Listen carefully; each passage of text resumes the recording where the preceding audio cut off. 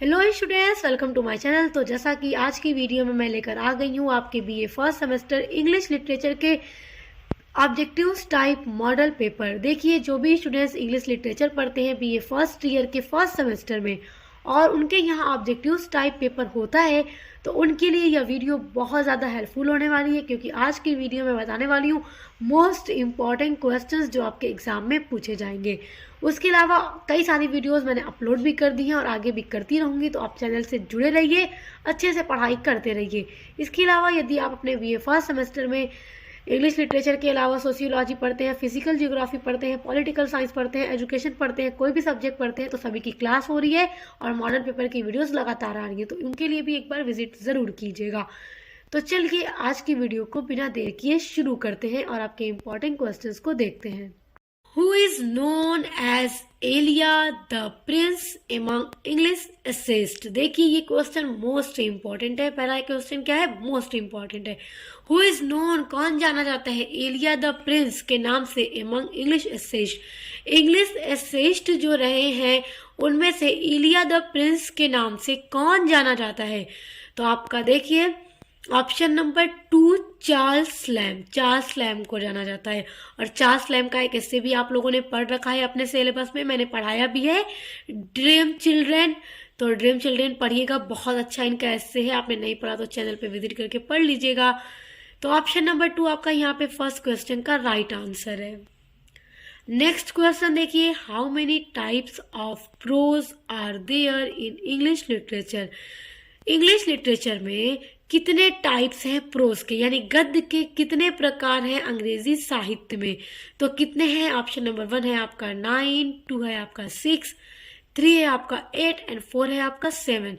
तो जो type of pros है इंग्लिश लिटरेचर में उनकी जो संख्या है वो 8 है। तो ऑप्शन नंबर 3 आपका यहाँ पर राइट आंसर है। और आप लोगों ने पढ़ भी रखा है, मैंने आपको पढ़ाया भी है। यूनिट नंबर 2 में आपके टाइप ऑफ प्रोज स्टाइल आपने पढ़ा भी है, सब कुछ मैंने आपका पढ़ा रखा है। अच्छा देखिए, आपका नेक्स्ट क्वेश्चन है, Dickens Oliver twist is the example of. देखिए, चार्ल्स डिकेंस का एक नॉवेल है ओलिवर ट्विस्ट। ऑप्शन नंबर 1 देखिए प्रोपागैंडिस्ट, ऑप्शन नंबर 2 है हिस्टोरिकल नॉवेल, ऑप्शन नंबर 3 आपका रीजनल, 4 है आपका साइकोलॉजिकल। तो यहाँ पे 4 ऑप्शन है। यहाँ पे जो आपका राइट आंसर है वो है फर्स्ट वाला। नेक्स्ट देखिए, who was the real founder of the pure biography? एकदम प्योर बायोग्राफी का फाउंडर, रियल फाउंडर किसे माना जाता है, कौन था? तो ऑप्शन नंबर 1 जॉनसन यहाँ पे आपका राइट आंसर है, जॉनसन को माना जाता है। देखिए, जो नेक्स्ट क्वेश्चन है आपका बहुत इंपॉर्टेंट है, who is known as the prince of the essayist? देखिए, इंग्लिश में जो एसेइस्ट रहे हैं उनमें से प्रिंस ऑफ द एसेइस्ट के नाम से कौन जाने जाते हैं, यानी कि निबंध का राजकुमार किस एसेइस्ट को कहा जाता है? तो देखिए, आपका पहला ऑप्शन है मार्लो को, सेकेंड है चार्ल्स लैम्ब को, थर्ड है बेन जॉनसन को, फोर्थ है मैथ्यू अर्नोल्ड को।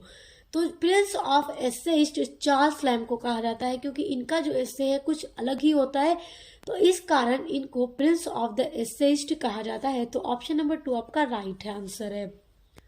नेक्स्ट देखिए, Virginia Woolf born in, Virginia Woolf कहाँ पैदा हुई? तो लंदन में पैदा हुई। ऑप्शन नंबर 1 आपका राइट आंसर है।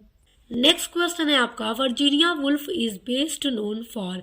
वर्जीनिया वुल्फ किसके लिए जानी जाती है, सबसे ज़्यादा किसके लिए जानी जाती है? तो वर्जीनिया वुल्फ नॉवेल्स के लिए जानी जाती हैं। इन्होंने नॉवेल्स ज़्यादा लिखे हैं, तो नॉवेल्स इनके बेस्ट होते थे, तो इसलिए वो नॉवेल्स के लिए जानी जाती है। तो ऑप्शन नंबर 2 आपका राइट आंसर है। नेक्स्ट देखिए, Virginia Woolf had a pet dog. देखिए, वर्जीनिया वुल्फ के पास एक डॉग था जिसको उन्होंने पाला हुआ था, पालतू डॉग था। What was the name of the dog? तो उस डॉग का क्या नाम था? उस डॉग का जो नाम था वो था हैंस। तो ऑप्शन नंबर 2 आपका राइट आंसर है। देखिए, नेक्स्ट आपका क्वेश्चन है, which file format can be added to a PowerPoint show? कौन सी फाइल जो ऐड कर सकती है पावर पॉइंट शो को? तो वो है ऑप्शन नंबर 1 देखिए .wav, 2 है आपका डॉट, देखिए ध्यान दीजिएगा ये डॉट है, .jpg, ऑप्शन नंबर 3 है आपका .gif और ऑप्शन नंबर 4 है आपका ऑल ऑफ दी अबोव। तो जो यहाँ पे आपका राइट आंसर है वो है 3 वाला .gif। ऑप्शन नंबर 3 आपका राइट है। नेक्स्ट क्वेश्चन देखिए, how can we view slide show repeated continuously. How कैसे we can we view slide, हम कैसे देख सकते हैं स्लाइड शो रिपीटेड कंटिन्यूअसली, यानी कि लगातार रिपीट होता हुआ स्लाइड शो हम कैसे देख सकते हैं। तो आप देखिए ऑप्शन, पहला है आपका लूप में और, ये लूप है LOOP लूप में और। 2 है आपका रिपीट कंटिन्यूअसली। 3rd है आपका बोथ 1 and 2 एंड 4th है आपका लूज कंटिन्यूअसली यूनिट। देखिए तो यहाँ पे जो आपका राइट आंसर होगा वो है रिपीट कंटिन्यूअसली। तो ऑप्शन नंबर 2 यहाँ पे आपका राइट आंसर है। क्वेश्चन में ही आप देख रहे हैं रिपीट कंटिन्यूअसली, तो इसलिए आप इसको याद रख लीजिएगा। ऑप्शन नंबर 2 आपका राइट है। नेक्स्ट क्वेश्चन देखिए, what is maximum zoom percentage in Microsoft power point. देखिए जो पावर पॉइंट प्रेजेंटेशन है, माइक्रोसॉफ्ट पावर पॉइंट जो है इसके बारे में मैंने आपको पढ़ा रखा है, तो आपको इसमें डाउट नहीं होना चाहिए। और देखिए पावर पॉइंट से भी कई सारे क्वेश्चन बनकर आएंगे, तो यूनिट नंबर 8 का टॉपिक है, आप लोग पढ़ लीजिएगा, पूरा मैंने आपका पढ़ा रखा है। आप पूरी क्लास कर लेंगे यदि, तो आपका जो ऑब्जेक्टिव्स पेपर आता है उसमें आपको कहीं कंफ्यूजन नहीं होगी। तो आप पूरी क्लास कर लीजिएगा। इंग्लिश लिटरेचर की प्लेलिस्ट की जो लिंक है मैं आपको इसी वीडियो के डिस्क्रिप्शन बॉक्स में दे दूंगी। आपकी सभी यूनिट्स को मैंने कंप्लीट करवा दिया है। क्लास करने से फायदा ये होता है कि एक एक पॉइंट आप पढ़े रहते हैं, फिर एग्जाम में जब क्वेश्चन आता है तो आप इजीली कर लेते हो, आपको फौरन याद आ जाता है कि हाँ मैं ये पढ़ा था, तो आपको आसानी रहेगी। देखिए क्वेश्चन क्या कह रहा है, what is maximum zoom percentage. Maximum zoom percentage कितना है माइक्रोसॉफ्ट पावर पॉइंट में, कितना जूम हो सकता है। तो कितना जूम हो सकता है पावर पॉइंट में, तो 100%, यानी कि 100%, पूरा 100%। तो ऑप्शन नंबर 2 आपका राइट है। अपना नेक्स्ट क्वेश्चन देखिए, इन ए स्लाइड लेआउट, स्लाइड लेआउट में विच of the following section does not exceed. यहाँ पे जो आपके 4 ऑप्शन दे रहे हैं, तो इनमें से कौन सा ऑप्शन, कौन सा सेक्शन एग्जिट नहीं होता है स्लाइड लेआउट में। तो देखिए आपका जो ऑप्शन है, पहला है लिस्ट सेक्शन, दूसरा है एनिमेशन सेक्शन, तीसरा है चार्ट सेक्शन और 4 है टाइटल सेक्शन। तो यहाँ पे जो एग्जिट नहीं होगा स्लाइड लेआउट में वो होगा एनिमेशन सेक्शन। तो ऑप्शन नंबर 2 आपका राइट है। अच्छा नेक्स्ट देखिए, ये सारे जितने भी क्वेश्चन बता रही हूँ एकदम अच्छे से पढ़ लीजिए, एग्जाम में यहीं से क्वेश्चन आएंगे।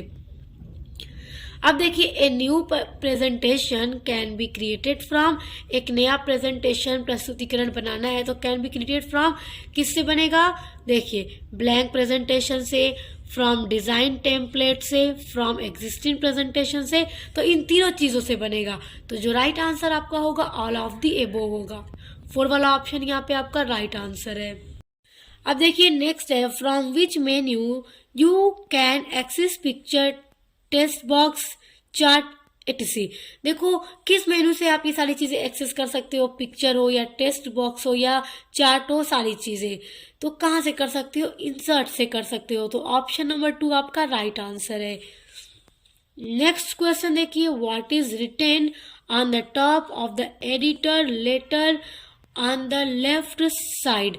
देखिए एडिटर लेटर जो होता है उसमें लेफ्ट साइड में क्या लिखा जाता है, तो देखिए क्या लिखा जाता है, सेंडर्स एड्रेस, यानी कि भेजने वाले का पता लिखा जाता है।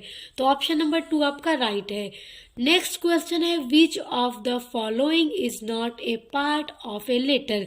यहाँ पे ऑप्शन में आपके 4 दिए जा रहे हैं, तो कौन सा इनमें से एक लेटर का, एक पत्र का हिस्सा नहीं है। फोटो, फर्स्ट है फोटो, सेकेंड है सैल्यूटेशन, थर्ड है डेट, फोर्थ है सिग्नेचर। अब बताइए लेटर के अंदर डेट भी आती है, सैल्यूटेशन भी आता है, सिग्नेचर भी आता है, फोटो आता है क्या, नहीं फोटो नहीं आता। इतना सिंपल सा क्वेश्चन है। ऑप्शन नंबर ए आपका राइट हो गया। अब देखिए, what is the fee for getting information under RTI act.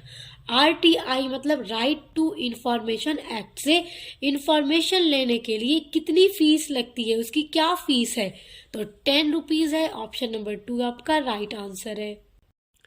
अब देखिए नेक्स्ट आपका क्वेश्चन है कि the first state to introduce the a law on right to information was. देखिए इसमें आपका जो क्वेश्चन ये आपका क्या कह रहा है कि जो राइट टू इंफॉर्मेशन एक्ट है यानी कि आरटीआई जो है उसको सबसे पहले किस स्टेट ने लागू किया, किस राज्य ने लागू किया। तो आपका फर्स्ट ऑप्शन है उत्तर प्रदेश, सेकेंड है महाराष्ट्र, थर्ड है गुजरात, फोर्थ है तमिलनाडु। तो किस राज्य ने सबसे पहले राइट टू इंफॉर्मेशन को लागू किया? तो तमिलनाडु ने। तो ऑप्शन नंबर 4 आपका राइट है। नेक्स्ट क्वेश्चन देखिए, which is mentioned in resume. Resume के ऊपर भी पूरा टॉपिक आपका कंप्लीट करा रखा है मैंने, एक एक चीज आपकी पढ़ा रखी है, तो आपको कहीं से भी प्रॉब्लम नहीं होनी चाहिए एग्जाम में। अच्छे से पढ़ाई कीजिए, अच्छे से एग्जाम दीजिए। तो देखिए क्या क्वेश्चन आपका कह रहा है कि which is mentioned in resume. Resume में क्या मेंशन किया जाता है इनमें से ऑप्शन में जो आपका दिया जा रहा है। फर्स्ट आपका ऑप्शन है एज। देखिए एज हर हाल में आपको लिखना होता है अपने रिज्यूम के अंदर।